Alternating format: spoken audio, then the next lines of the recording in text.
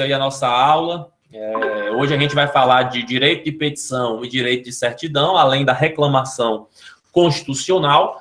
Mas antes nós vamos ouvir o monitor da disciplina, o Igor, né, que tem a explicação para nos falar aí das diferenças, né, e também semelhanças entre as duas ações que nós estudamos na aula passada, quais sejam a ação popular e a ação civil pública. Então, boa noite, Igor, fica à vontade, o espaço é seu.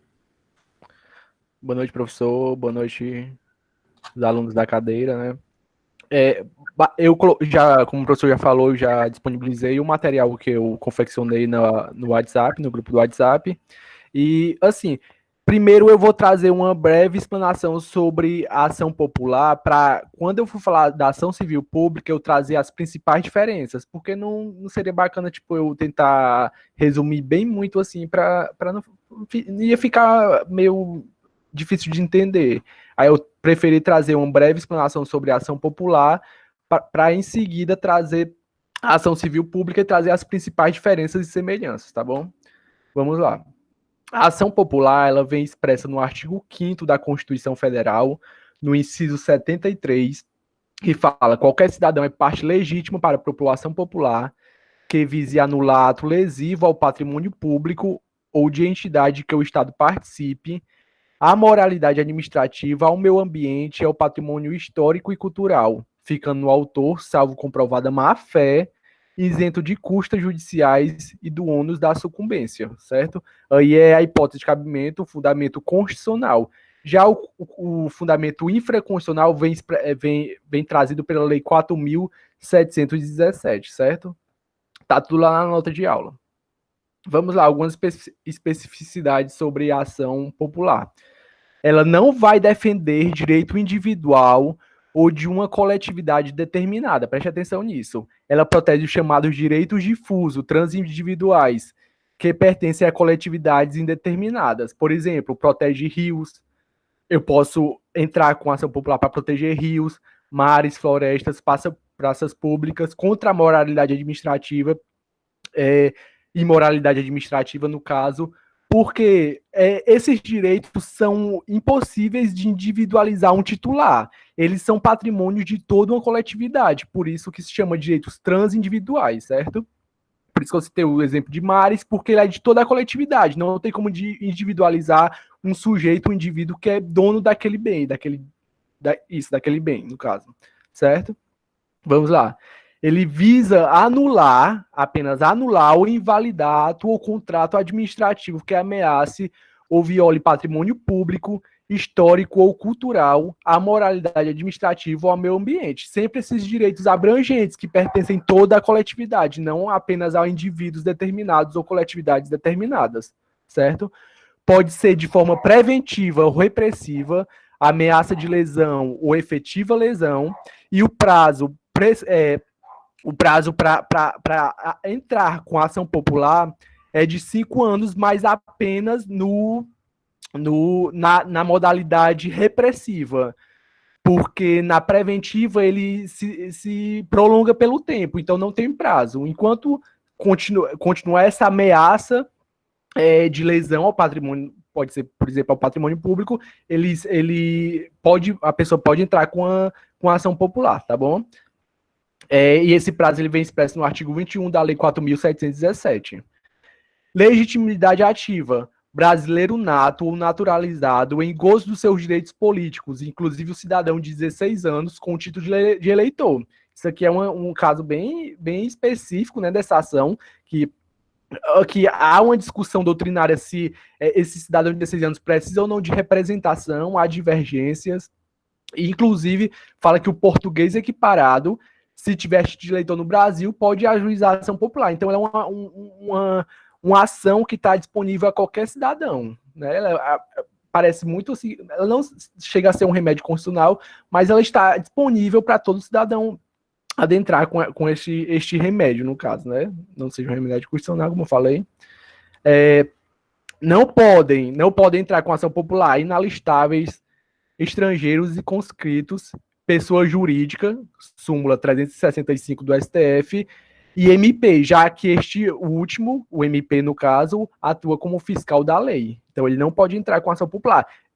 Se liga nessa questão do MP, porque é muito específica para diferenciar a questão da ação popular da ação civil pública, certo? Legitimidade passiva, um caso interessante. Aqui, presta atenção também nisso que a gente vai falar em seguida, né? Que é uma das semelhanças entre a ação popular e a ação civil pública, o polo passivo da demanda. Nele deve haver... Oi, professor. Desculpa te interromper. É só para deixar também pontuar que o Ministério Público ele não pode entrar com a ação popular, realmente é só o cidadão. Mas se o cidadão, porventura, desistir da ação no meio do caminho, ele, MP ou outro cidadão, né, que é também legitimado, nesse caso pode dar andamento, né? Não pode entrar, mas pode dar continuidade. Então, é só para pontuar que o MP ele participa sempre da ação popular, geralmente como fiscal da lei, como custos legis, mas ele tem essa possibilidade de, no caso de uma desistência do cidadão, né, que entrou, que protocolou a petição, só para fazer esse registro. Perfeito. Pronto, vou continuando. Legitimidade passiva.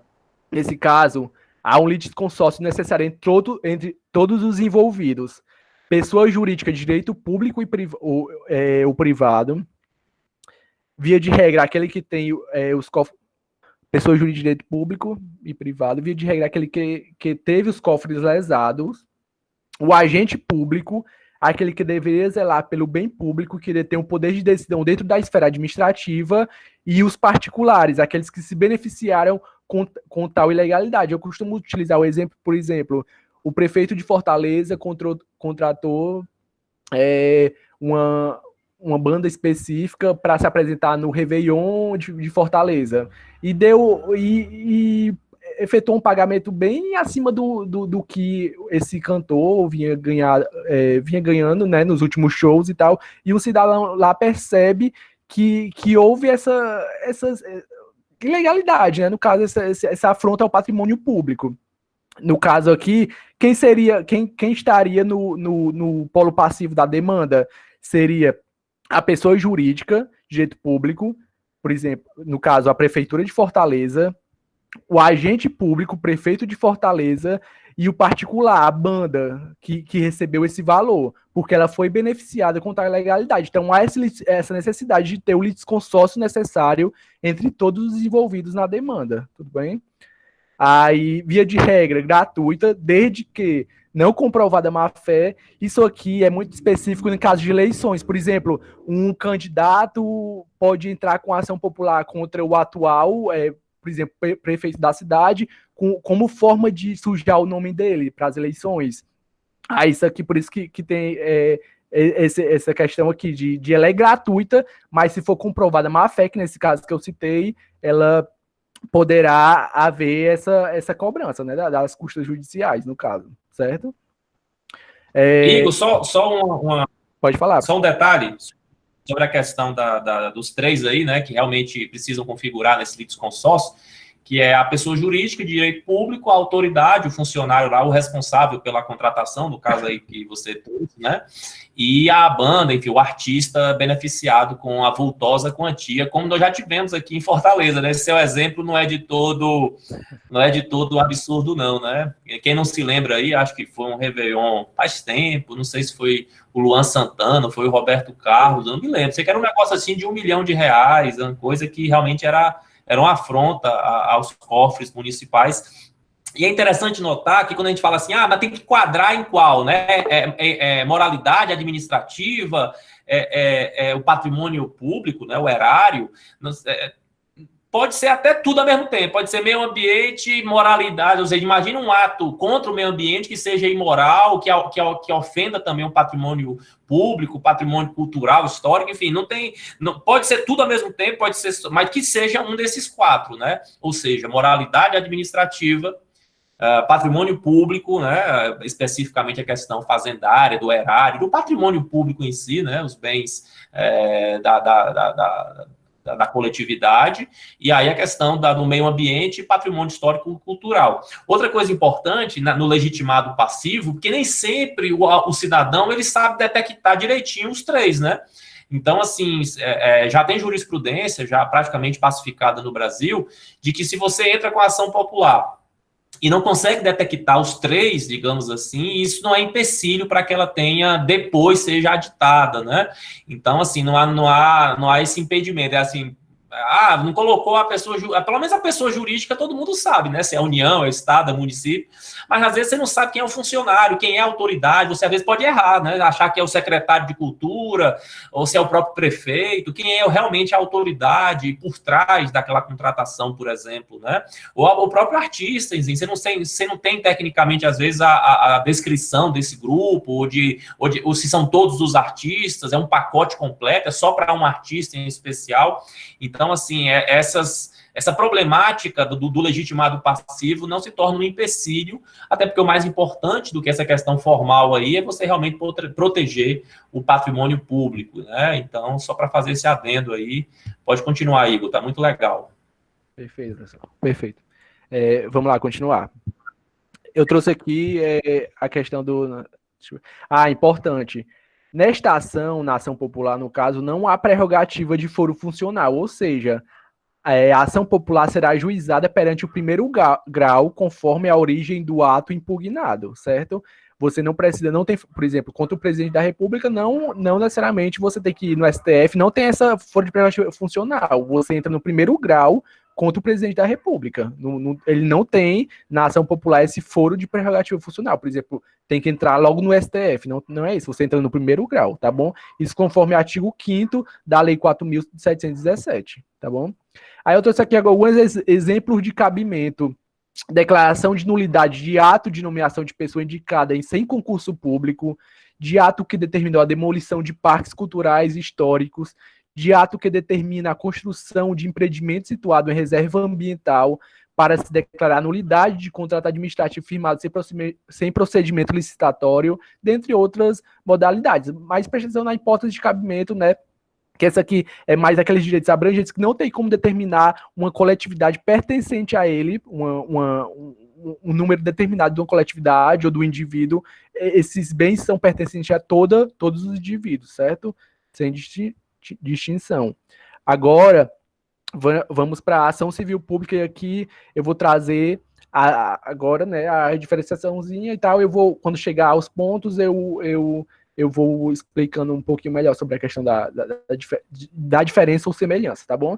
Primeiro que o fundamento constitucional da ação civil pública, assim, ela não tem um artigo específico que fale sobre ela, mas o artigo 129 da Constituição, que traz as funções institucionais do Ministério Público, ele fala, são funções institucionais do Ministério Público, é o inciso 3, promover o inquérito civil e a ação civil pública para a proteção do patrimônio público e social, do meio ambiente e de outros interesses difusos.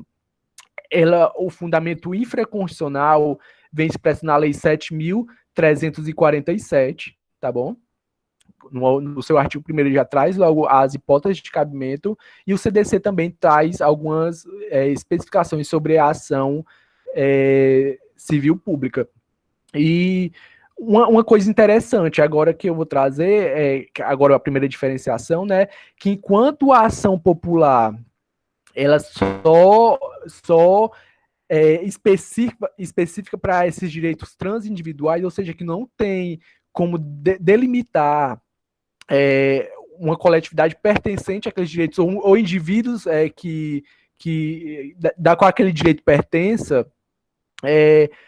a ação civil pública tem um objeto bem mais abrangente. No caso aqui, ó, a ação civil pública ela se enquadra tanto para interesses ou direitos difusos, que não há como determinar quem será beneficiado, tutelado pela ação popular ou pela ação civil pública.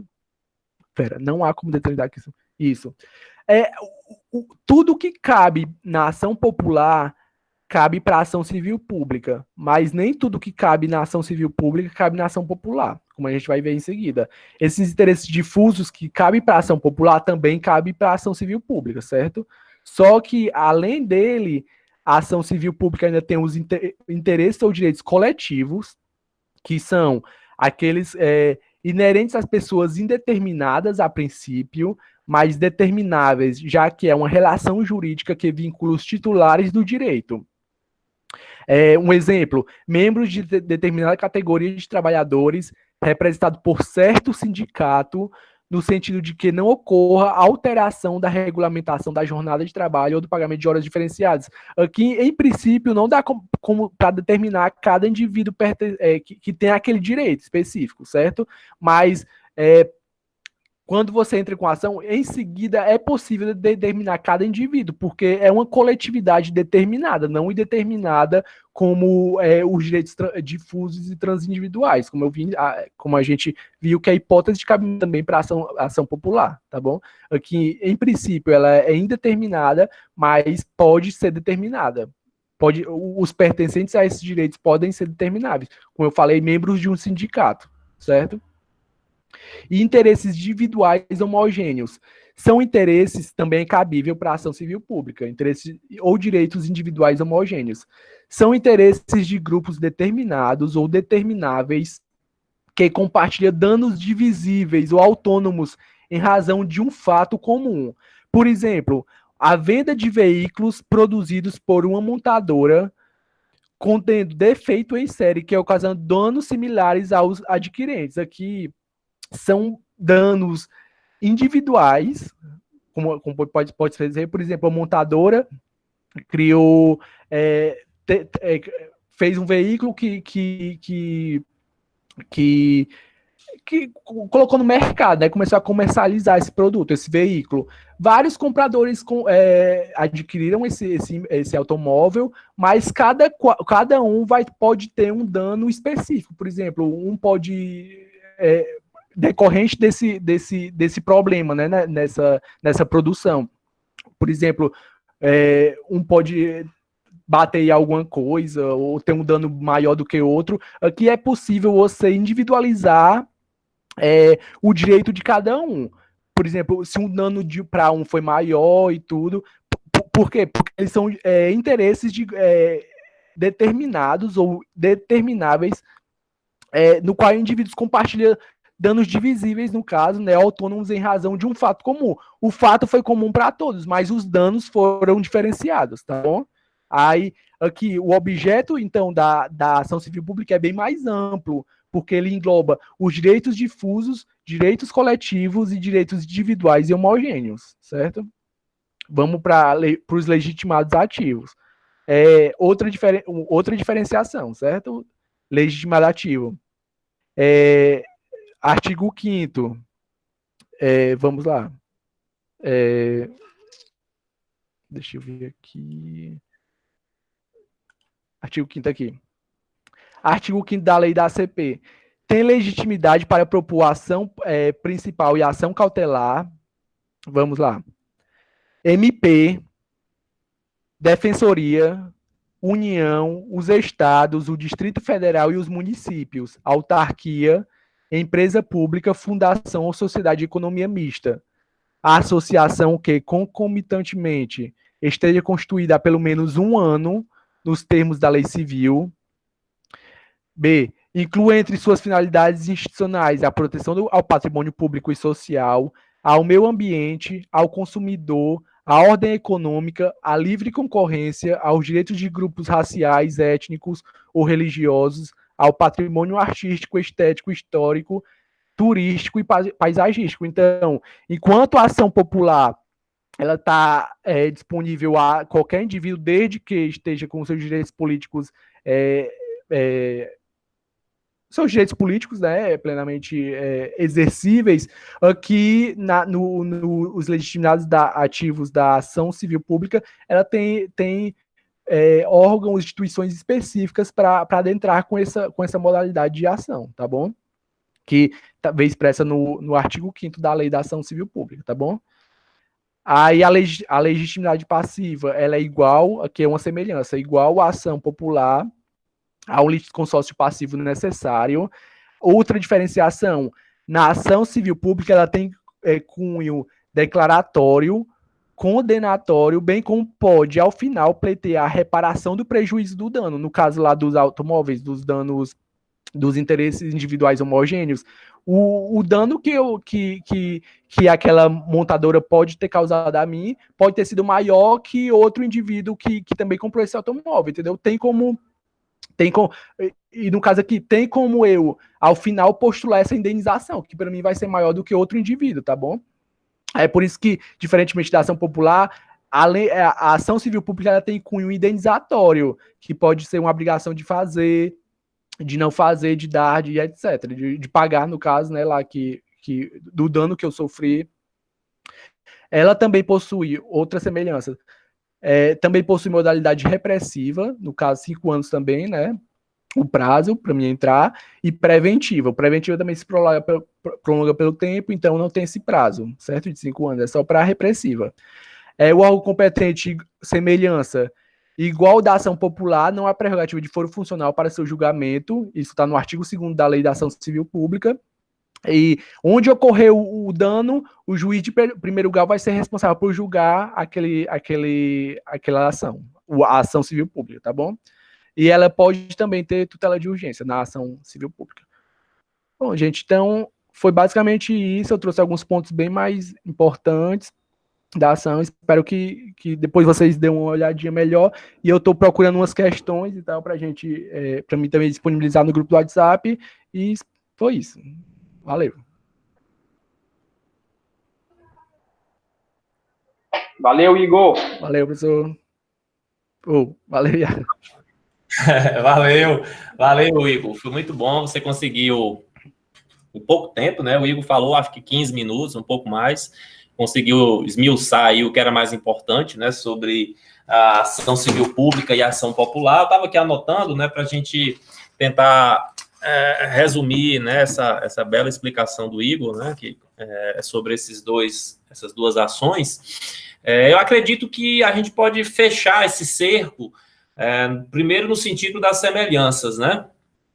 São duas ações de caráter coletivo, né? Duas ações que despontam da questão meramente egoística, individual, pessoal. Ou seja, quem está impetrando uma ação dessa não está buscando o interesse pessoal próprio. Então, elas podem se classificar no rol de ações de caráter coletivo, né? Então, são duas ações que têm essa semelhança. Uma se chama ação popular, dado a natureza mais política dela, né? Por isso que é o cidadão, aquele que está na plenitude dos direitos políticos, é quem pode impetrá-la. E existe, por outro lado, uma ação que é mais voltada para interesses realmente coletivos, difusos, algo mais espalhado, de um caráter mais civil, daí a expressão ação civil pública, né? Mas elas têm esse caráter realmente coletivo impregnado nessas duas ações, por isso que é interessante estudá-las em conjunto. Ao mesmo tempo que são duas ações que têm essa questão coletiva muito forte, né?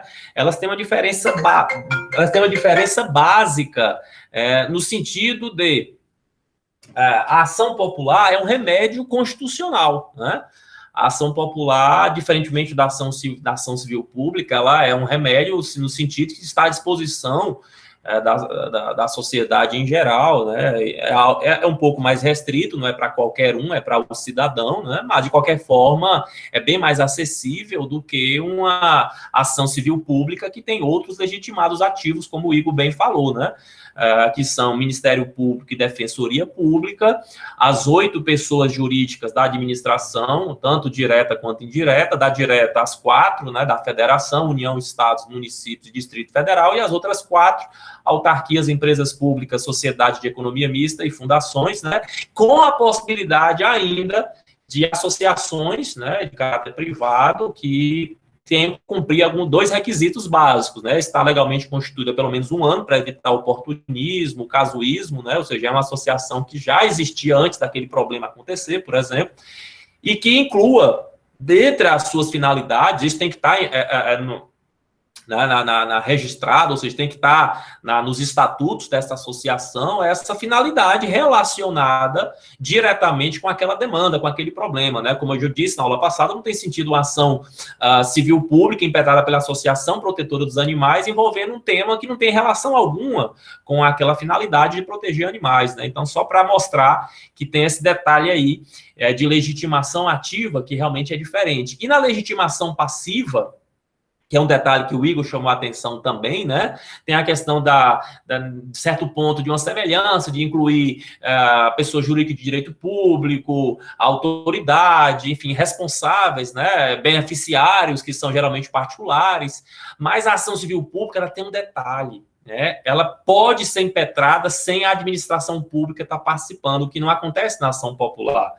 Para impetrar uma ação popular, necessariamente tem que ter aquele binômio lesividade e legalidade, ou seja, tem que ser algo relacionado à administração pública, o que não acontece na ação civil pública. Perdão, falei ação civil pública, ação popular, ou seja, a ação popular, perdoe-me, ela tem que estar relacionada com a ideia do binômio lesividade, ou seja, que o patrimônio público, o interesse público tenha um perigo, ou esteja lesado ou que esteja na iminência de acontecer isso, essa lesividade, né, tanto por ato comissivo ou omissivo, né, como já falamos, né, até pela simples ameaça, ao passo que, mas tem que ter a questão pública, o interesse público, a autoridade pública, tem que ter essa questão. Mas a ação civil pública não precisa necessariamente ter administração, pode ter como pode não ter. Por exemplo, o caso lá de Brumadinho, em Minas Gerais, né, que foi o rompimento daquela barragem, causando lá diversas mortes, enfim, diversas casas foram arrastadas pelo lamaçal, vários animais foram mortos, enfim, houve prejuízos de vidas humanas, de vidas animais, de prejuízos econômicos, patrimoniais. Então, ali foi impetrada pelo Ministério Público de Minas Gerais uma ação civil pública, que a priori é uma empresa particular, a Vale do Rio Doce, né?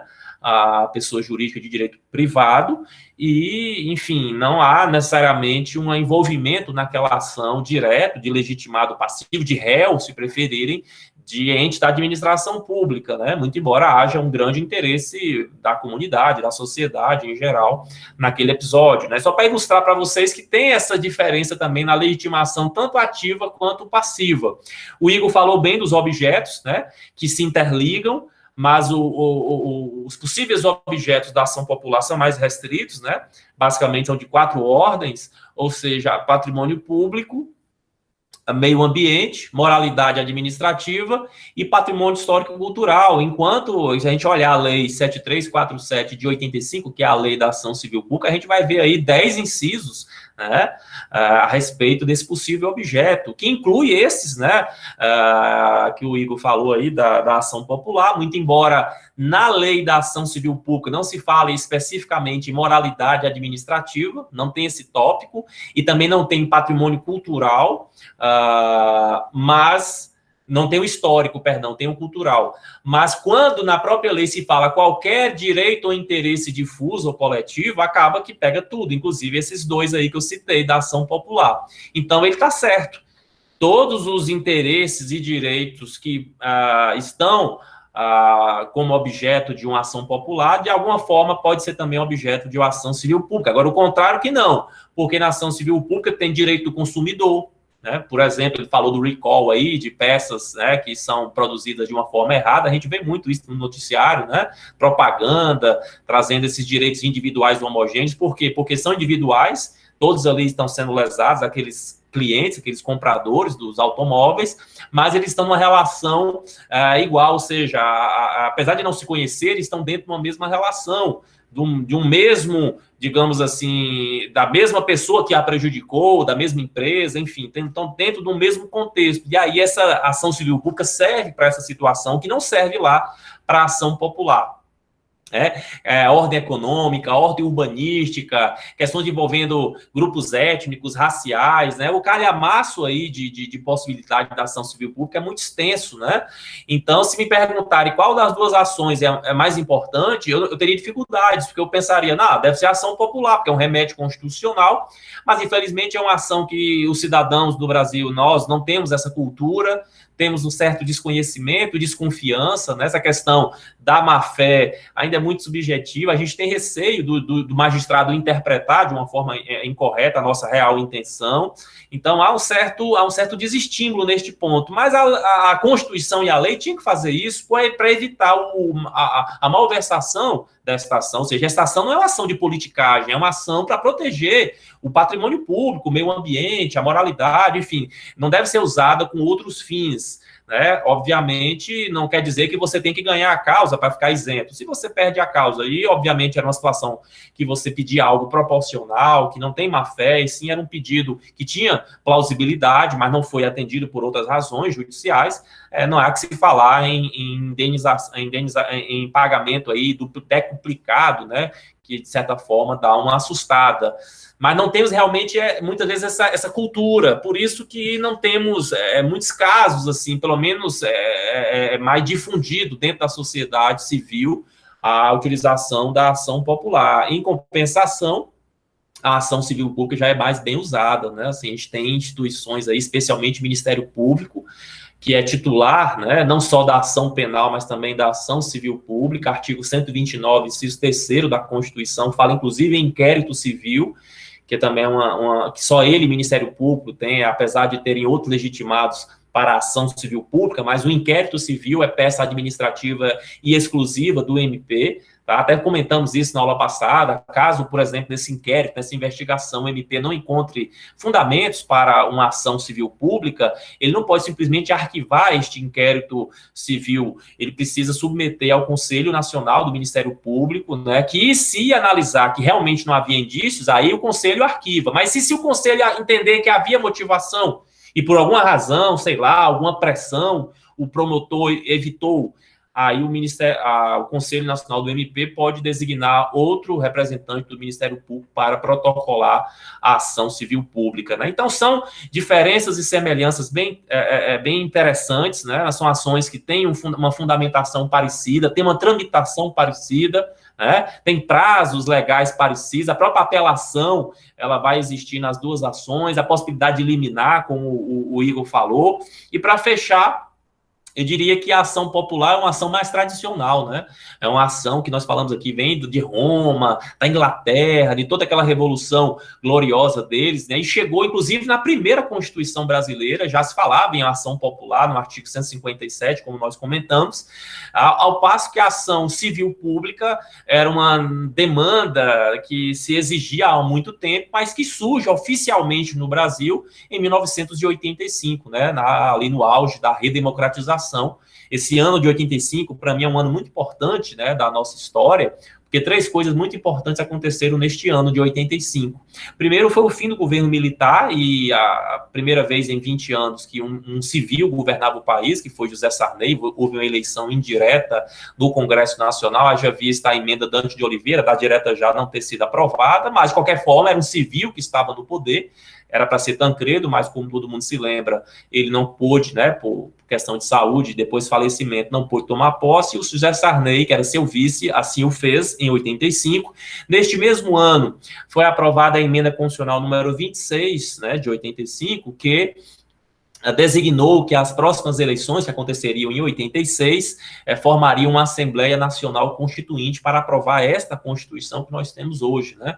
Então, foi uma emenda importante para muitos autores, uma emenda, na verdade, um exercício de poder constituinte originário que foi utilizada por uma forma estranha, por emenda constitucional, porque as emendas servem para atualizar, para incrementar as constituições, não para marcar o fim de uma e o começo da outra, né? Que foi o que essa emenda 26 de 85 acabou fazendo.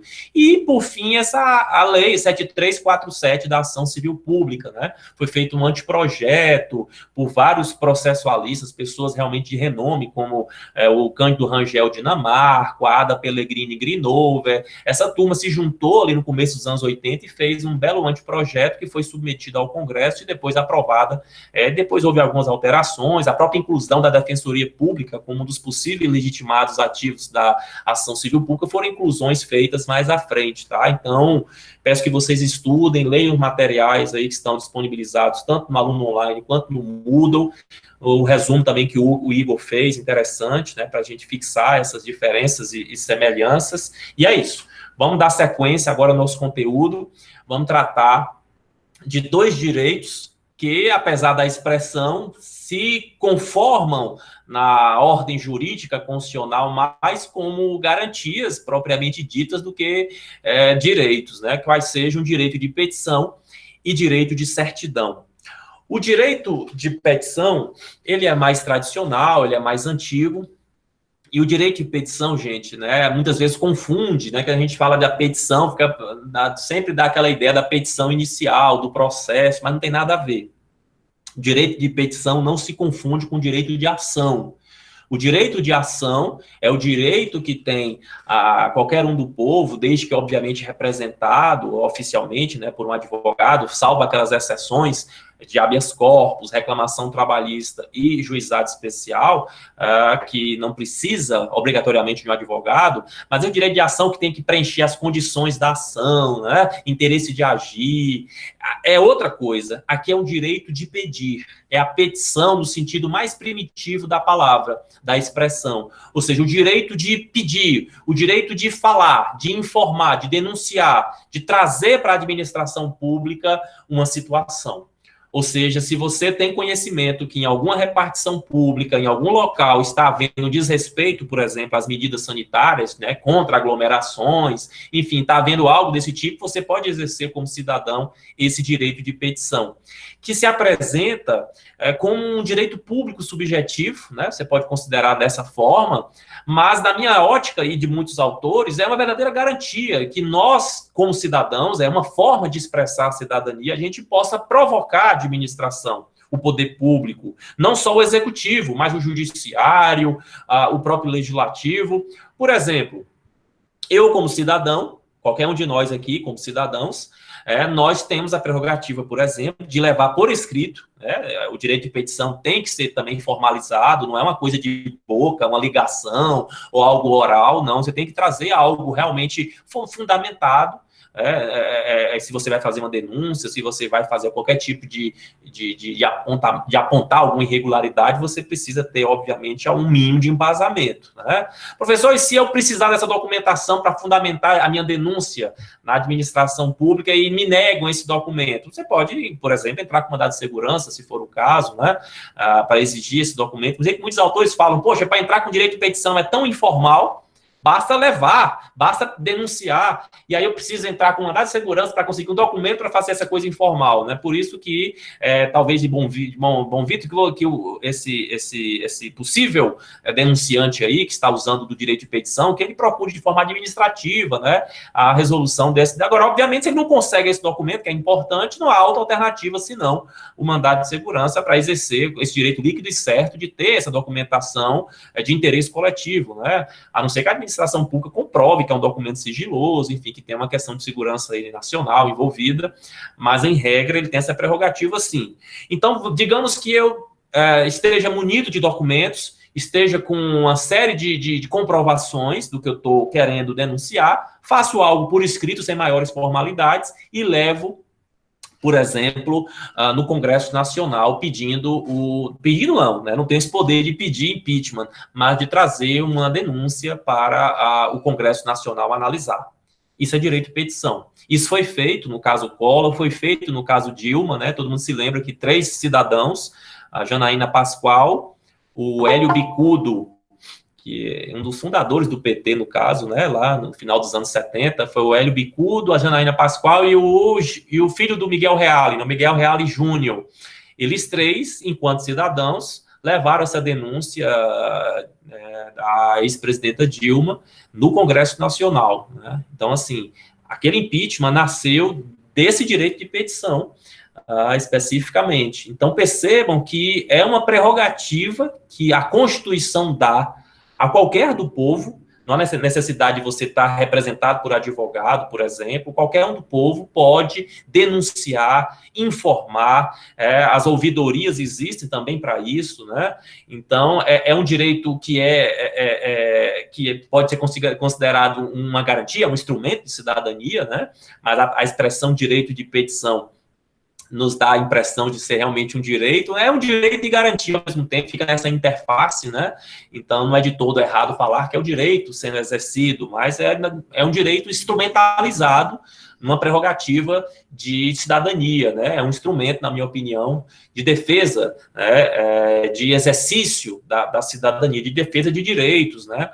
Não só pessoais. Você pode trazer uma questão também que está acontecendo com você, não há esse problema. O direito de petição, ele tem esse caráter que pode ser individual, pode ser coletivo, pode ser geral, pode ser interesse de um grupo, de uma camada específica da sociedade, ou de toda a sociedade.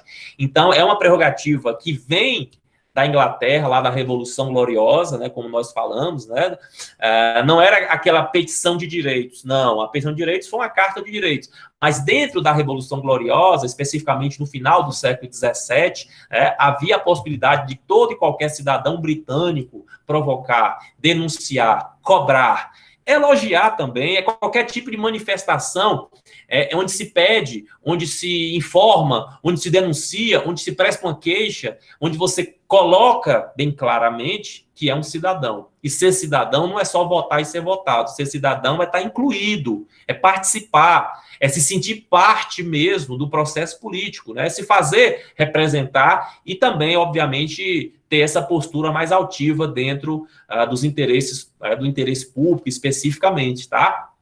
A previsão constitucional, como eu disse, está em todas as constituições brasileiras, desde 1824, já havia o direito de petição assegurado a qualquer cidadão brasileiro, qualquer do povo, né, como se especifica na Constituição do Império, mas nesta atual Constituição, de 1988, está lá no artigo 5º, inciso 34, a linha A.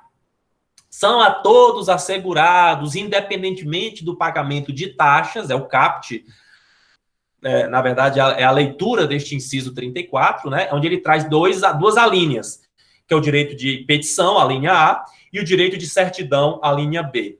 São dois direitos que não necessariamente precisam ser usados ao mesmo tempo, mas estão conectados, né? Mas nada obsta que você use um ou outro, não tem necessidade de ter que usar os dois, mas eles têm uma relação muito umbilical, muito próxima, né? Até para poder exercer esse direito de petição, você precisa dessa certidão, muitas vezes, que eu falei para vocês, da documentação que tem que estar, né, da comprovação do que você está dizendo, da sua denúncia, da sua informação, da sua queixa. Então, o direito de certidão também, independentemente do pagamento de taxas, é assegurado na Constituição, né, para o exercício da cidadania, para a defesa de direitos pessoais, de interesses coletivos gerais.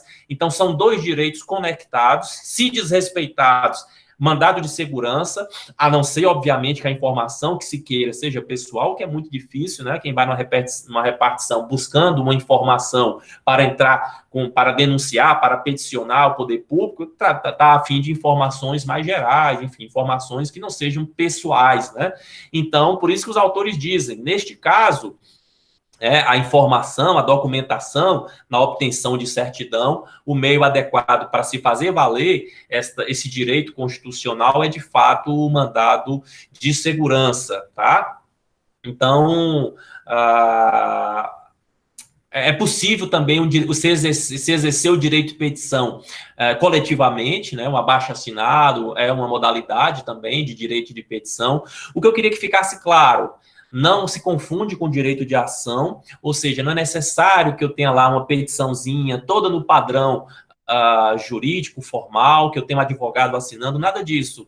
É uma notícia, uma informação, uma denúncia, uma queixa. Quer dizer, é uma formulação mínima, básica, por escrito, seja individual ou um abaixo-assinado, algo coletivo, e que haja uma mínima fundamentação, documentação. Ou seja, você não pode levar um direito, você não pode exercer o direito de petição sem uma mínima comprovação, ou seja, não se deve abusar disso daí, ou seja, não serve também para questões de picuinha política, não é essa a intenção.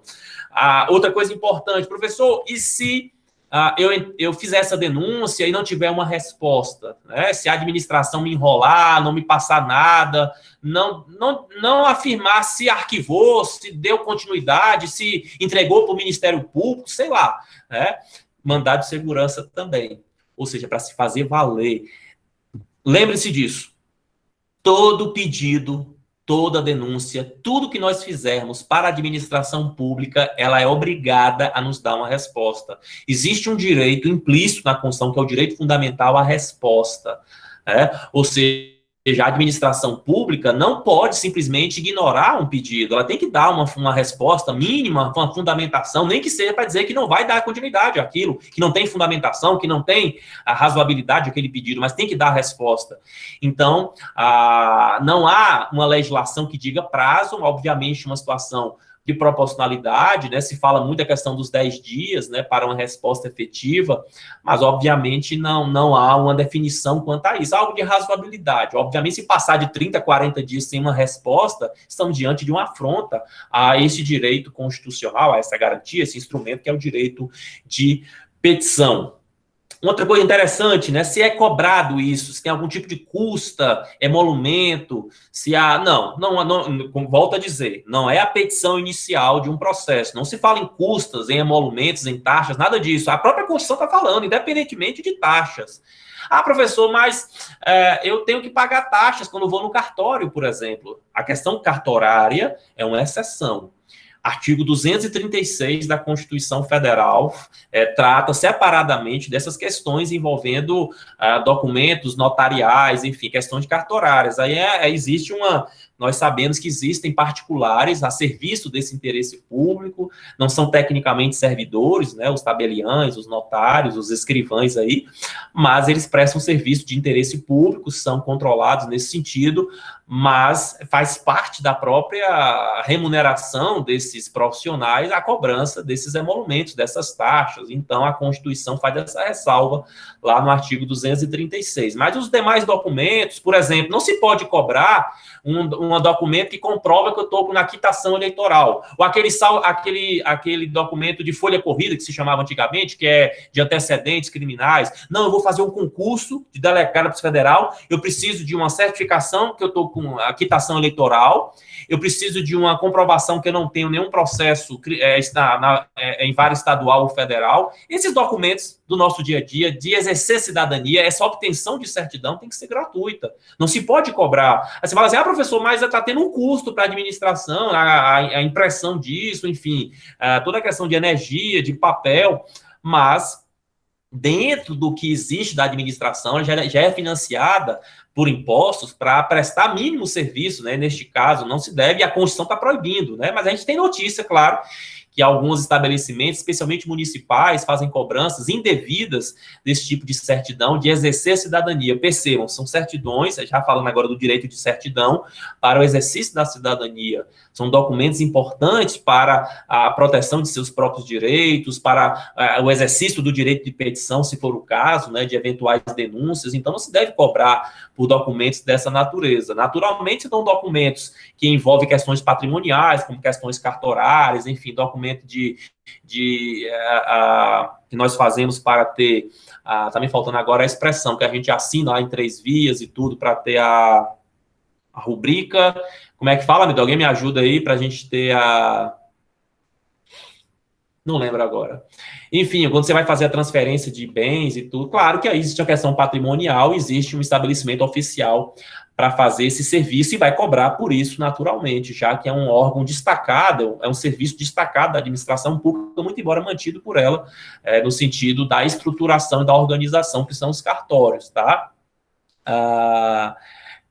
Gente, eu não vou descansar enquanto não lembrar dessa expressão, que a gente assina 3 vezes no cartório para ter a nossa assinatura, que quando dá o branco, dá firma. Obrigado, rapaz, merecia um ponto na prova, se pudesse dar a firma reconhecida, né? Então, são questões que, obrigado, Luz, obrigado, foi o Roberto, foi o Paulo, um dos dois também que avisou aqui, que falou aí, a Luz, eu vi, obrigado aí pela lembrança, às vezes a nossa cabeça vai os emolumentos, exato, né? A nossa cabeça vai dando tilt. As coisas são simples, que a gente fala o tempo todo, mas às vezes vocês sabem como é, dá um branco e não tem quem lembre. Então, pessoal, basicamente, esses são os direitos de petição e direito de certidão, né? Questão de proteger direitos pessoais, de denunciar irregularidades, ilegalidades. Que fique claro, vedado anonimato. Ninguém pode exercer esse direito de petição e se esconder, né? Porque nós temos que ser responsáveis pela denúncia que estamos fazendo, pela queixa, pela cobrança. Então, não há essa possibilidade de você se utilizar do direito de petição, né, e não se identificar, tá? Então, eu acho que com relação a esses dois direitos aí, que se configuram mais como garantias importantes, por isso que a gente está estudando aqui, né? Eu acho que de mais importante era isso, né? Se eu me lembrar de alguma coisa aqui para o final da aula, eu comento com vocês. Bom, vamos falar agora sobre a reclamação constitucional, né? A reclamação constitucional, meus amigos, é uma das ações mais interessantes que existem no Brasil. É uma ação constitucional também, muito embora exista uma certa divergência na doutrina quanto à natureza da reclamação. Se ela seria mesmo uma ação, se seria um recurso, se ela seria o exercício do direito de petição, né, uma espécie de denúncia, uma reclamação nesse sentido, ou ela seria um incidente processual. Olha, data máxima vênia a alguns autores que chamam que entendem que a natureza jurídica da reclamação não é de ação, mas sim de um exercício do direito de petição. Eu queria discordar, e vocês fiquem à vontade, né, porque vocês vão encontrar autor para todo gosto nesse sentido, mas assim, por mais que na verdade o direito de petição, você envolve tudo. Eu entrar com um processo, eu estou exercendo o direito de petição de alguma forma, né, pelo menos indiretamente eu estou peticionando, pedindo, denunciando, informando, brigando, né, neste caso judicialmente. Então, não é muito legal você jogar tudo para essa vala comum do direito de petição. O direito de petição é algo informal, ou seja, é quando eu vou com a documentação e entrego à autoridade, ao Ministério Público, ao Congresso, ao STF, enfim.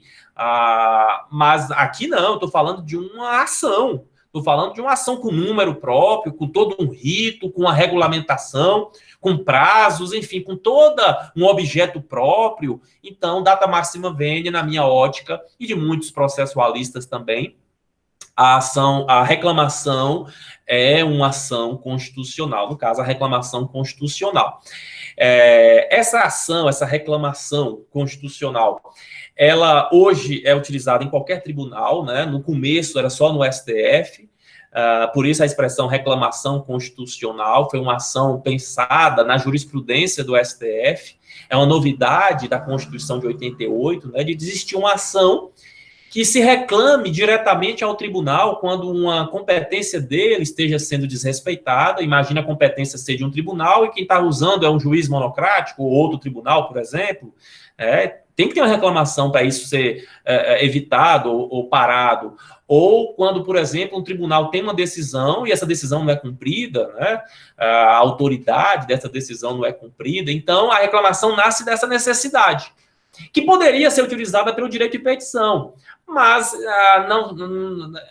é algo mais técnico. A reclamação, existe toda uma ritualística, existe toda uma questão técnica, e acredito que o Constituinte e a legislação infraconstitucional mais à frente se houveram bem nesse quesito de criar uma reclamação.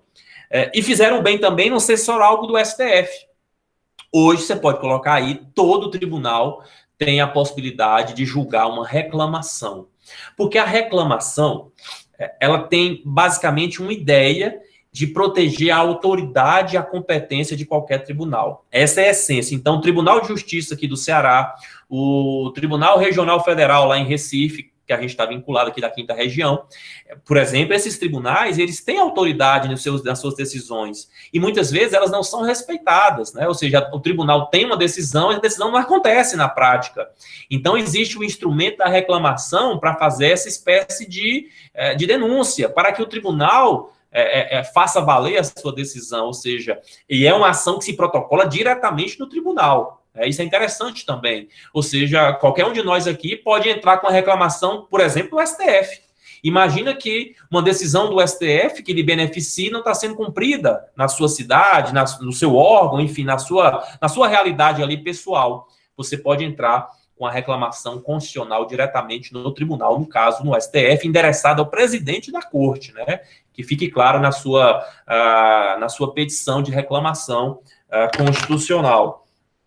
Falando em STF, o que vai nos importar aqui, eu não vou estudar todo o instituto com você da reclamação constitucional, a gente não vai aqui abrir o CPC, porque está previsto no CPC, no artigo 988 ao 993, né? Nesse universo aí de 6 artigos a gente tem, como o Código de Processo Civil novo, o novo Código de Processo Civil, que é de 2016, ele traz essa possibilidade.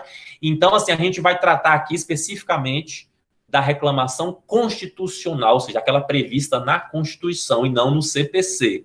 Mas eu vou falar ainda de CPC quando a gente for tratar de um quarto e possível objeto da reclamação. Então, vamos lá.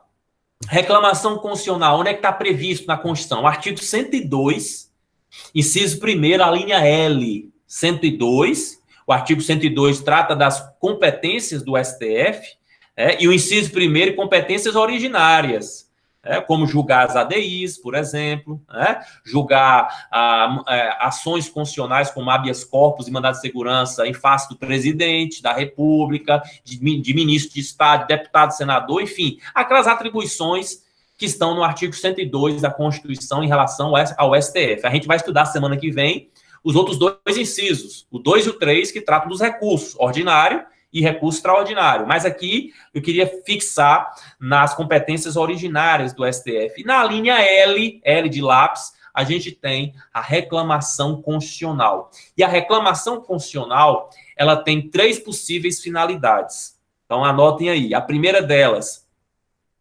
preservar a competência do tribunal, no caso do STF.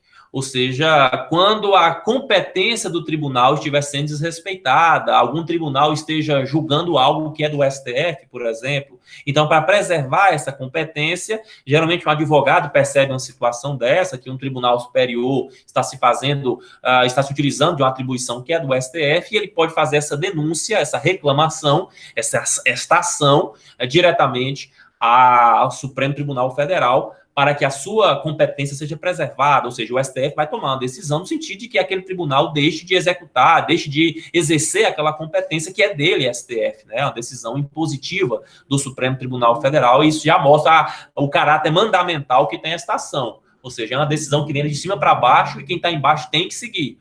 Além dessa preservação da competência do tribunal, existe a possibilidade de garantir a autoridade das decisões do tribunal. Muitas vezes, como eu disse já, o tribunal, no caso o STF, decide e suas decisões nem sempre são executadas, né? Então, a gente vê lá, no julgamento do Supremo Tribunal Federal tem efeito vinculante erga omnes, mas é possível que nesse erga omnes algum local não tenha sido cumprido, né? Então, para garantir a autoridade dessas decisões judiciais do STF, existe o Instituto da Reclamação.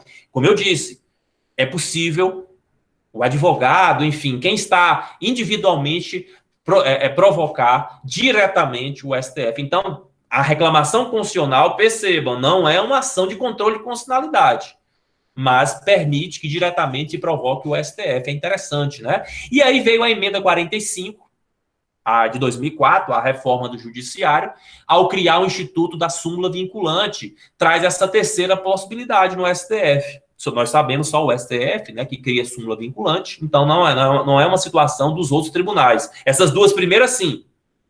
Você pode colocar aí que é possível, em qualquer tribunal do Brasil, para preservar a competência deste tribunal ou garantir sua autoridade de suas decisões, se impetre uma reclamação nesses tribunais. Isso é previsto no próprio CPC, tá? E o CPC ainda fala mais no artigo 988, que qualquer um, né, ou seja, qualquer pessoa pode provocar, até mesmo o Ministério Público. Havia uma dúvida se o MP podia ser o autor de uma reclamação constitucional. A jurisprudência era meio vacilante neste ponto, mas a lei, o novo Código de Processo Civil, deixou claro que o MP tem sim legitimidade ativa para impetrar, no caso aí, uma reclamação constitucional. Mas voltemos às súmulas vinculantes.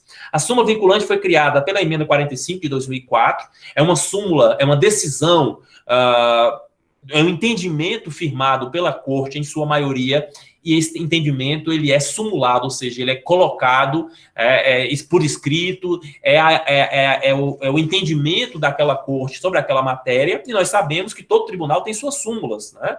São as chamadas súmulas persuasivas, mas essas súmulas persuasivas ou convencionais, mas essas súmulas não vinculam, ou seja, é um entendimento de um tribunal, mas que o juiz, enfim, pode pensar diferentemente, decidir diferentemente com relação a essas súmulas, inclusive as súmulas do STF, cuidado, só súmula vinculante, ou seja, o STF tem 2 tipos de súmula, ele tem cerca de 700 súmulas convencionais ou persuasivas, que são essas súmulas de entendimentos, né, mas que não vinculam, mas eles têm a possibilidade, né, e já faz isso com algum tempo, desde 2006, com a regulamentação da súmula vinculante com a lei 11.417, né, de 2006, que traz a regulamentação da súmula vinculante, inclusive fala em reclamação constitucional, lá no artigo 7º desta lei, né, para a gente pegar o detalhe.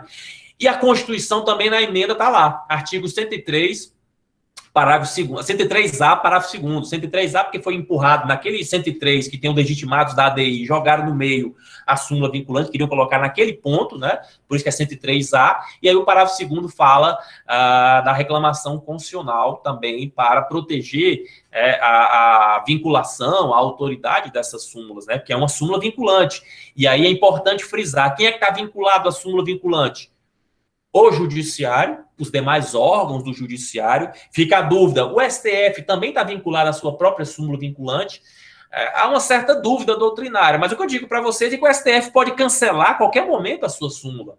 Então, à medida que ele está vinculado, ou seja, ele também obedece à sua própria súmula, claro, mas ele tem poder para cancelá-la, para editá-la. Então, é mais, eu acho, seguro falar assim, demais órgãos do judiciário, que aí você tem essa ressalva, e a administração pública. Ou seja, leia aí todo o executivo, toda a administração pública está vinculada à súmula vinculante. Então, a exceção fica o próprio STF, como eu disse, pode cancelar, editar essa súmula vinculante, pode fazer outra, enfim. E o legislativo, ou seja, o legislativo não é vinculado a uma súmula vinculante. Ah, professor, foi criada uma lei descumprindo uma súmula vinculante, eu vou entrar com a reclamação. Nem vai porque a lei, o legislativo, não está vinculado. Professor, por quê? Simples. Porque súmula vinculante é uma função atípica de tribunal. Súmula vinculante não é lei, mas ele tem um caráter normativo que ninguém pode negar. Vincula, obriga, isso é normatividade. Entretanto, quem tem a função típica, prioritária, precípua, genuína de inovar o direito, de criar normas, é o legislativo. Então, entre função atípica, súmula vinculante, e função típica, legislar, ficamos com a função típica. Por isso que o legislativo não está vinculado a uma súmula vinculante.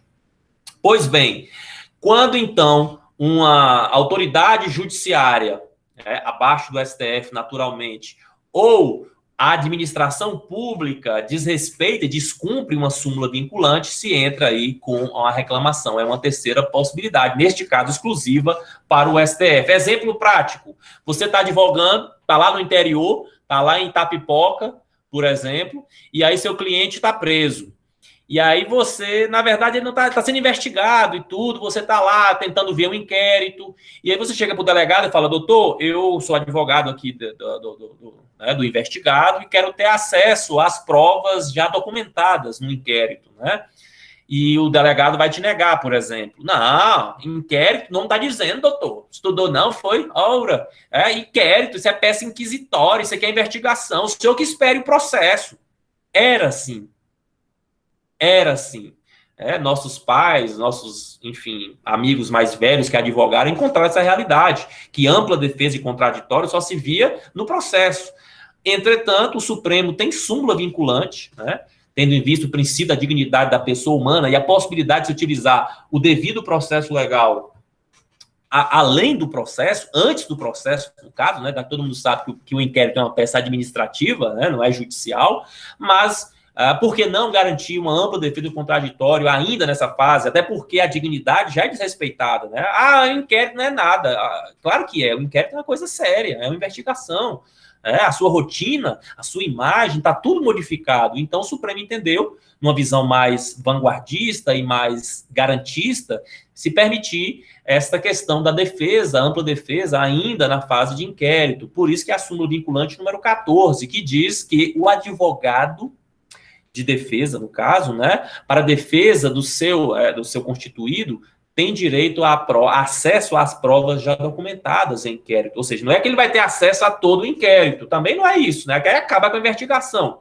Mas aquelas provas já documentadas, ou seja, a investigação está rolando, mas já tem coisas documentadas. Isso que está documentado, o advogado de defesa tem direito a ter acesso, né? Até estava vendo uma palestra uma vez do professor e juiz Jorge Malmenstein, vocês devem conhecer, é professor lá da Facet, é juiz federal, e ele estava comentando como essa súmula atrapalha, né? Porque, muitas vezes, porque você está no auge da investigação, imagina as escutas telefônicas, né? As interceptações, e aí tudo é registrado, né? E aí o advogado tem acesso a isso, obviamente, para orientar seu cliente a não fazer mais ligações, né?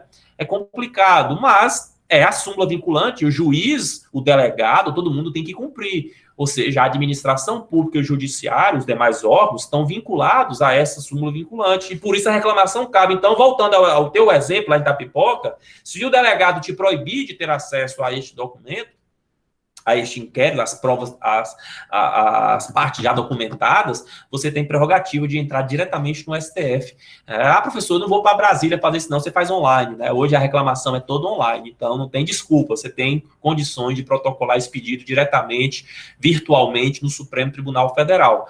Eu faria melhor, além disso, eu ainda ia para a corregedoria da polícia, ainda denunciava o delegado por descumprir um direito, né? Uma súmula vinculante é um direito do advogado de exercer aí a sua prerrogativa de profissional aí, enfim, né? Então, o próprio artigo 133 da Constituição diz que o advogado é indispensável, né, à administração da justiça, né, tendo suas garantias, suas imunidades asseguradas.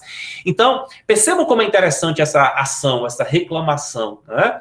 Ela tem prazos exíguos também, geralmente 10 dias, 15 dias, a autoridade coatora, digamos assim, a responsável pela ofensa à ordem, à invasão de competência ou ao descumprimento da súmula vinculante tem que se manifestar, tem esse caráter mandamental, como eu disse, né, no sentido de que seja anulada, seja revista e seja feita à vontade do tribunal, prevaleça naquele caso.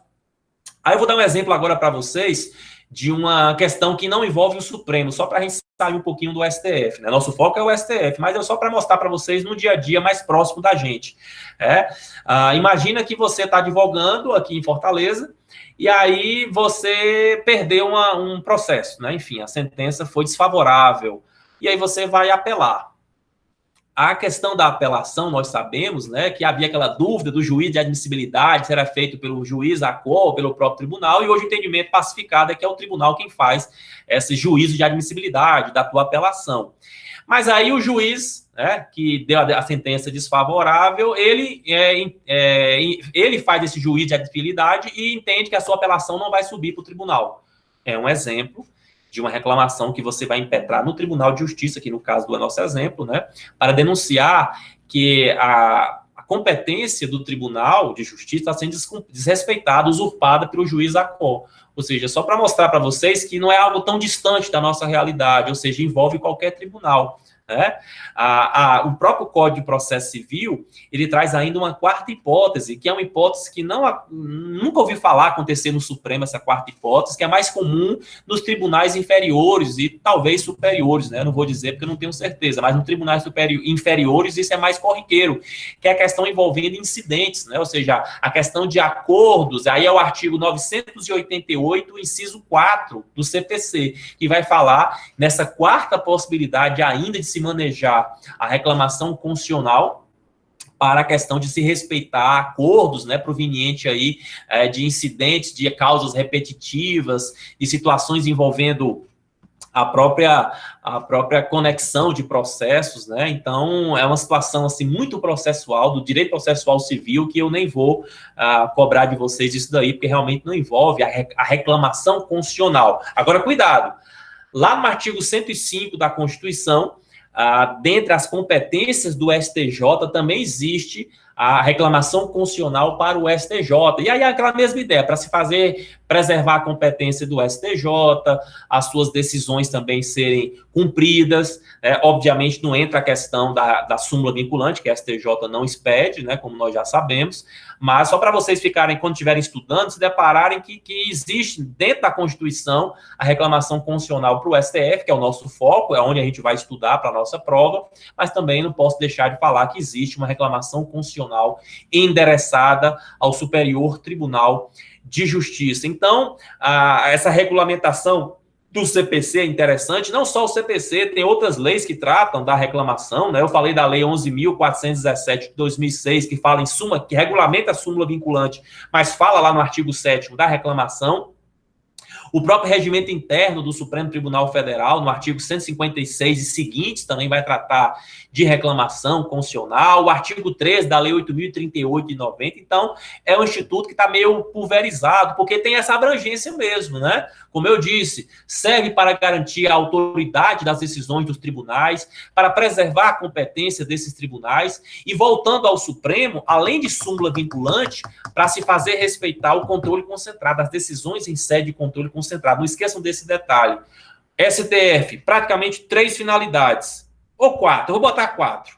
Primeiro, garantir a autoridade das decisões do STF, preservar a competência do Supremo Tribunal Federal, garantir o respeito à súmula vinculante e as decisões, aí a quarta, as decisões em sede de controle concentrado, aquelas 5 ações que todo mundo já sabe do controle concentrado, que tem os seus efeitos erga omnes, por exemplo, né, vinculantes, ou seja, o legislador infraconstitucional no CPC colocou junto, no artigo 98, inciso terceiro, 988, perdão, inciso terceiro do CPC, colocou lá, súmula vinculante e controle concentrado, porque são as duas situações com efeitos realmente gerais, né, erga omnes no caso. Mas lembrando que a súmula vinculante tem um detalhe de não vincular. Então, se vier uma questão na prova, tratando de uma lei que fala o contrário de uma súmula vinculante, não cabe reclamação constitucional. Além disso, não cabe reclamação constitucional contra a lei e não cabe também contra a decisão transitada em julgado. A jurisprudência é pacífica nesse sentido, da própria doutrina, que entende que a reclamação constitucional não pode ser usada como sucedâneo, ou seja, como usando da mesma forma que se usa uma ação rescisória, né? Reclamação constitucional não pode atacar se a decisão contestada transitou em julgado, aí acabou-se, né? Você tem, quando a decisão transita em julgado, ou você tem uma revisão criminal a qualquer tempo, né? Nós sabemos disso, ou uma ação rescisória em até 2 anos, tá? Mas não reclamação constitucional. Então, observem que é uma ação estratégica, é uma ação importante do controle das competências do Supremo Tribunal Federal, mas que acabou sendo passada para qualquer tribunal. E até na própria Constituição, não só STF e STJ, também se fala em reclamação constitucional para o TST também, para o TSE, ou seja, hoje é uma ação que bastante difundida. Eu vi uma notícia do Supremo Tribunal, já uma notícia antiga do Supremo Tribunal Federal, falando em mais de 15 mil reclamações só no âmbito, né, do Supremo Tribunal. Isso mostra que realmente é algo que é importante e acontece. Não estou dizendo que todas as reclamações são pertinentes, mas que tem muito aí de descumprimento dessas decisões, de usurpação de competências. Estamos falando de um tribunal que tem as suas decisões hoje conhecidas em todo o Brasil. Então, até essa publicização, TV Justiça, a internet, toda a mídia por trás das decisões do STF, hoje é algo mais que se penetra mais no seio social, talvez por isso o aumento aí do número de reclamações constitucionais nos últimos anos, também pela facilidade da virtualização do processo, né, o que realmente permite que em qualquer ponto do Brasil a gente possa protocolar uma reclamação constitucional diretamente no STF, né, e essa questão do conhecimento, como eu disse, né, acho que isso que está fazendo a diferença. Ai, meu Deus, eu sumi. A Dério disse que eu sumi, gente. Vocês estão me ouvindo, pessoal? Tá normal, professor, aqui. Ah, gente. Tanto imagem como som. Eu tava morrendo de medo de estar falando aqui há uns 40 minutos para ninguém. Oh, meu Deus do céu, seria terrível. Mas tava gravando, né? Pelo menos eu tenho uma ressalva. A aula tá normal. Ai, meu Deus, né? Graças a Deus, né? Seria terrível do que eu estar falando sozinho aqui. Eu tão empolgado. Eu tava aqui em outro planeta, mas eu dei uma olhadinha aqui. Deve ter sido um problema no computador, Dério, eu não sei, né? Essa chuva que tá pegando todo mundo, mas a galera aqui tá dizendo que tá normal. Então, sigamos, né? Deixa eu ver se tem mais alguma coisa interessante sobre reclamação para falar para vocês. Aqui tem um conceito legal, um instrumento jurídico com status constitucional que visa preservar a competência, né, e a autoridade de um tribunal. Hoje a gente sabe que vai além disso, né? É da classe dos processos originários do STF, já falamos também, falamos da emenda 45, falamos que o MP pode ajuizar a reclamação, está no artigo 988 do CPC. Hoje todo tribunal tem essa possibilidade, né, de ter uma reclamação sendo julgada. Obviamente que tem essa previsão, daí a importância das constituições estaduais, das legislações processuais estaduais terem essa especificidade, muito embora o CPC, que é uma lei nacional, seja usada em todo o Brasil indistintamente, já fala nessa possibilidade, né, no artigo 988, que todo tribunal pode julgar, assim, uma reclamação em seu âmbito. A reclamação deve ser instruída com a prova documental, né, gente? Claro que ninguém vai dizer que um tribunal X está descumprindo, ou um juiz, ou um delegado, sei lá, está descumprindo uma determinação oficial de um tribunal, né, se não tem uma comprovação. Então, é preciso ter essa mínima comprovação para que, claro, a sua reclamação tenha um sucesso, né? Não se esqueçam também que ela é direcionada ao presidente do tribunal, né? Então, a petição da reclamação é endereçada à presidência. Então, acredito, gente, que de mais importante, né, sobre reclamação constitucional é isso que eu tinha para falar para vocês, tá? É uma ação que não tem muito segredo, tem toda essa questão de proteção, né, das decisões e da competência. A essência é essa, com a diferença aí do Supremo, que ainda tem essa possibilidade. Então, professor, oi. Uma dúvida aqui. A reclamação veio muito adentro no Brasil, muito pela questão da teoria dos precedentes e tudo, para uniformizar a jurisprudência nacional, né? Mas, assim, um juiz, por exemplo, tem uma súmula do STF, por exemplo, um juiz de primeiro grau, ele pode utilizar as técnicas dos precedentes, o distinguish, o overrule, outras técnicas para poder não aplicar essa súmula vinculante? Olha, é complicado, porque assim, a questão dos precedentes judiciais, né, que tem muita gente hoje estudando isso, até o professor Juraci aqui da casa tem muita literatura sobre isso, escreveu um livro sobre isso, né? É algo assim ainda muito complexo, porque o que acontece, né? Nós temos entendimentos, né? Esse precedente, nós temos já uma cultura sobre uma matéria dada por um tribunal.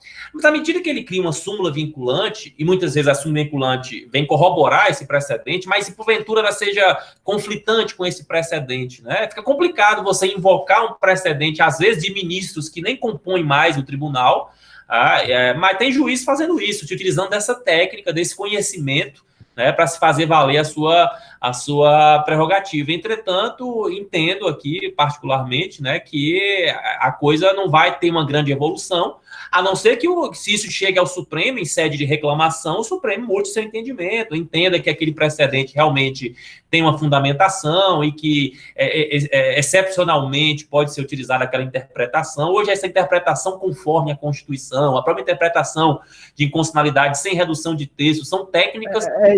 Isso que o professor Juraci fala, não dessa vinculação meramente formal, que vem de cima para baixo, né? Porque traria algo mecanizado.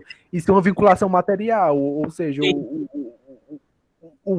a corte menor pode vincular a maior desde que ela traga um precedente materialmente mais eficaz que o da corte. Exatamente, fica aquela coisa mais dinâmica e, ao mesmo tempo, não é uma ofensa ao tribunal superior, ou seja, eu estou me fundamentando do seu histórico, de interpretações importantes que foram feitas e entendimentos consolidados nesta corte, né? muito embora exista atualmente uma súmula vinculante destoando desse entendimento, mas fazendo essa técnica hermenêutica de interpretação é possível. Eu só acho que tem que ser uma fundamentação muito complexa para você conseguir vencer na prática, né, essa reclamação ter sucesso, né, mas tem acontecido, tem se utilizado dessa técnica aí para fundamentar a defesa, digamos assim, dessa reclamação, né? Porque, obviamente, vai chegar uma reclamação denunciando, digamos assim, o descumprimento de uma súmula vinculante. Mas há um devido processo legal, existe um contraditório, né? Não é que o Supremo Tribunal Federal vai olhar, vai dizer, realmente nossa súmula não foi cumprida, então decide assim, sem ouvir o outro lado. Então, é nessa hora, certamente, que essa argumentação mais complexa, mais material, como você ponderou, pode ser colocada assim, né? Então, entendo que é uma novidade, é algo que vem sendo colocado na prática, né? Então, talvez seja um refúgio a essa insatisfação que a súmula vinculante causa, né? É muito comum você encontrar desembargadores, juízes, certamente revoltados, que têm esse entendimento. Eu vou dar um exemplo para vocês. A prisão de depositário infiel, né, que foi proibida pelo STF, com a súmula vinculante 25, causa uma revolta muito grande em vários juízes, né? E não são juízes assim autoritários, não são juízes conservadores, não é isso, mas é porque há um prejuízo muito grande ao processo. Vou dar um exemplo rápido para vocês. Eu sou oficial de justiça, vocês, né, alguns aqui já sabem, né? Não falo muito assim da minha vida profissional, mas eu sou, além de professor oficial de justiça, já há 15 anos do TRT, e eu já fiz algumas prisões de depositário infiel. Para quem não se lembra, é aquela figura que fica responsável por um bem judicial, penhorado, por exemplo, e quando este bem é finalmente leiloado, já que o processo não é quitado, o bem penhorado é uma garantia, mas que, como vocês sabem, enquanto não há o pagamento, esse bem um dia vai ser leiloado, vai para a asta pública, né? E aí alguém arremata. Esse arrematante, ele vai ter uma carta de arrematação e vai ser expedido um mandado de entrega, que o oficial de justiça vai receber esse mandado e vai estar lá o telefone do arrematante, que eu vou entrar em contato com ele para marcar a diligência, acompanhá-lo para que seja feita a retirada do bem arrematado, do bem que foi penhorado. E aí aconteceu já algumas vezes, né, chegar no local e o bem não existir. Simplesmente o depositário, quem tinha assinado lá na época do auto de penhora lavrado, simplesmente disse que o bem foi emprestado, que aconteceu alguma coisa, foi furtado, não tem BO, não tem nada. E resumindo a história, o velho esteja preso, né? A gente constrange com constrangimento, mas tem que fazer, o senhor está preso. E aí, gente, eu vou dizer para vocês só uma vez, eu vou dizer que eu usei essa frase, esteja preso, acho que umas 10 vezes no máximo. Mas só uma vez o rapaz realmente foi conduzido à delegacia. Porque nas outras 9 vezes o bem apareceu. Porque é aquele ditado, né? O passarinho só canta na gaiola. Então, é o ditado dos criminalistas, né? Meu não. Então, neste caso, foi uma forma é uma execução forçada, ou seja, foi uma forma de forçar a que o processo fosse respeitado, que o bem aparecesse, né? Então, pega um telefone aqui, liga para um, liga para outro, antes de chegar a polícia, tem uma vez que chegou a polícia, chegou o cara com um maquinário lá que tinha sido penhorado, eu me lembro bem, isso em Maracanaú. Então, isso não existe mais. Olha o constrangimento do oficial de justiça, do arrematante, eu chegar, como já aconteceu, e o bem não tá lá. E o cara que arrematou no leilão, e aí? Aí eu vou para a minha casa fazer uma certidão, informando tudo o que aconteceu, denunciando isso nos autos, porque não posso prender, não posso ter, porque o depositário infiel está proibido, né? A juizada fica chateada com essa situação, com razão, o arrematante fica lá chupando o dedo, o que acontece?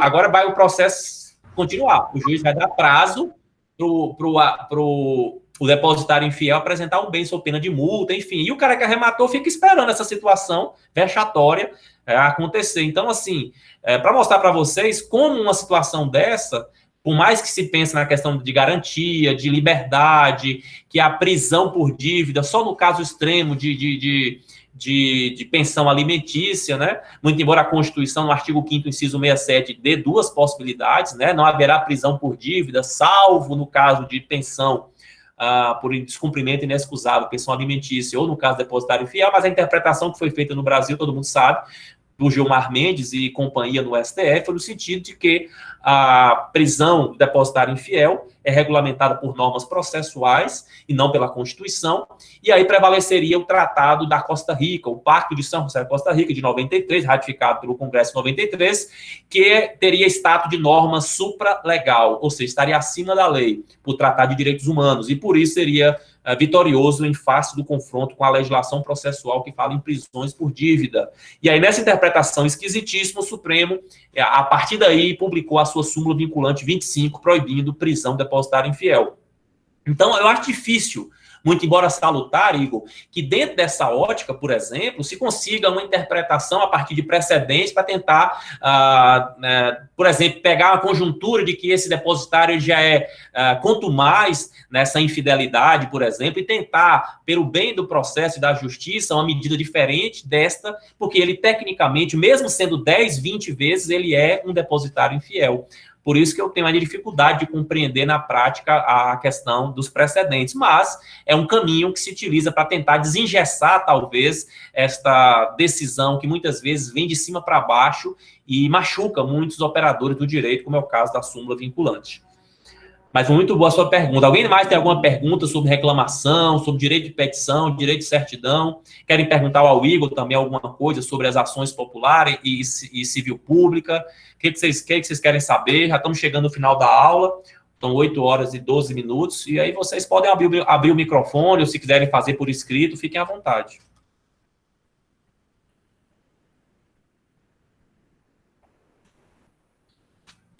Nada? Vocês estão aí? Estou preocupada com a prova de amanhã. Ah, é verdade. Eu tenho duas, professor, amanhã. 2 provas? Eita, tem estágio 8 à tarde e a sua de manhã. Imagino, mas vai dar certo. Deus quiser, vai dar certo. Maria, parece que eu bebi foi um porre. Não falei isso não. Não, assim, tonta, sabe?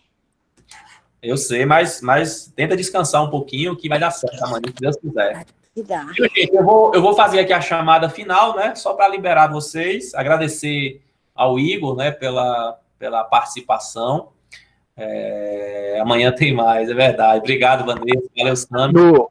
Antes do final do semestre, pessoal, ainda venho para a gente responder umas questões como revisão para a prova do terceiro período, viu? Pronto, a gente tem, Igor, na próxima semana, a nossa última aula, que é oficialmente, né, que é sobre recursos ordinário e extraordinário. Porque a próxima aula é dia 5, né, gente? 5 de junho. Aí, daqui a uma semana, fica 12. Mas parece que 12 de junho não tem aula oficialmente. Parece que já é semana de prova, enfim. O terceiro NP tem isso, né? E a nossa prova seria dia 19. Mas, pois é, alunos, já estão acabando o semestre. Mas, assim, daqui para lá, se for o caso, a gente tenta aí uma aula extra, uma coisa mais simples, sem chamada, sem obrigatoriedade, só para a gente fazer uma revisão aí, para a gente fazer uma MP3 maravilhosa. Tá bom, pessoal? E então, a gente não tem nenhuma despedida, né, professor? Não tem direito a nada. Uma aula da saudade, né? Nada, né? Nada. Não, eu tô dizendo assim, ainda tem essa monografia, essas coisas, a gente... O mundo vai ficar ali. Beleza, deixa esse mudo para lá. Vamos ficar nós aqui mesmo, finalizar aqui. Fica tranquila. Eu faço a chamada. Aí a gente não vê mais ninguém da turma, não vê nada. Mas próximo semestre, já sabe, né? Vai ter aula normal, né? Se for o caso. Mas muitos Deus aqui... me livre, eu estarei... Eu tô brincando que eu sei que tem muitos formandos aqui, né? Mas, né, se porventura quiserem continuar, a gente está aí próximo semestre, né? Ao vivo agora, assim, ao vivo assim, em carne e osso mesmo, né? A gente vai voltar aí, se Deus sabe como, né? Mas em agosto a gente está de volta fisicamente falando. Então, só para eu fechar aqui a chamada, gente, foi a Derizelle que veio depois, né? Mais alguém? Eu acho que teve mais alguma pessoa que acabou chegando depois. Engraçado que o meu Meet caiu 1 hora, eu fiquei sem ver o senhor aqui, perdi um pouquinho da aula. Eu vi na hora, mas eu vou disponibilizar a gravação, aí fica tranquilo. Então, foi a Derizelle, o Evandro, tá aí, não? Evandro e o Francisco Jefferson, a Luana e a Sandra. Então, pronto, os demais estão presentes. Obrigado, Igor, obrigado a todo mundo que participou. E é isso, vou disponibilizar para vocês, vai dar tudo certo. E vamos fazer uma ótima MP3, que está bem tranquila, com só esses conteúdos aí, né? As 2 ações que o Igor falou aí, que nós falamos semana passada, o de hoje e o de semana que vem, né, que são os recursos. Então, acredito que vai ser um resultado muito bom para vocês. Professor, eu gosto muito do senhor, mas com todo respeito, quero lhe ver no próximo semestre, não. Só na rua, né, Sami? Né? Dentro da faculdade, não. Tá bom, eu entendo. Então, gente, um abraço, obrigado aí a todos pela participação. Vou encerrar aqui a gravação. E boa noite, fiquem com Deus e até a próxima. Qualquer dúvida que tiverem com relação a esse conteúdo ou a qualquer outro conteúdo, podem procurar no WhatsApp sem problema algum. Obrigado, boa noite. Valeu, gente. Obrigada.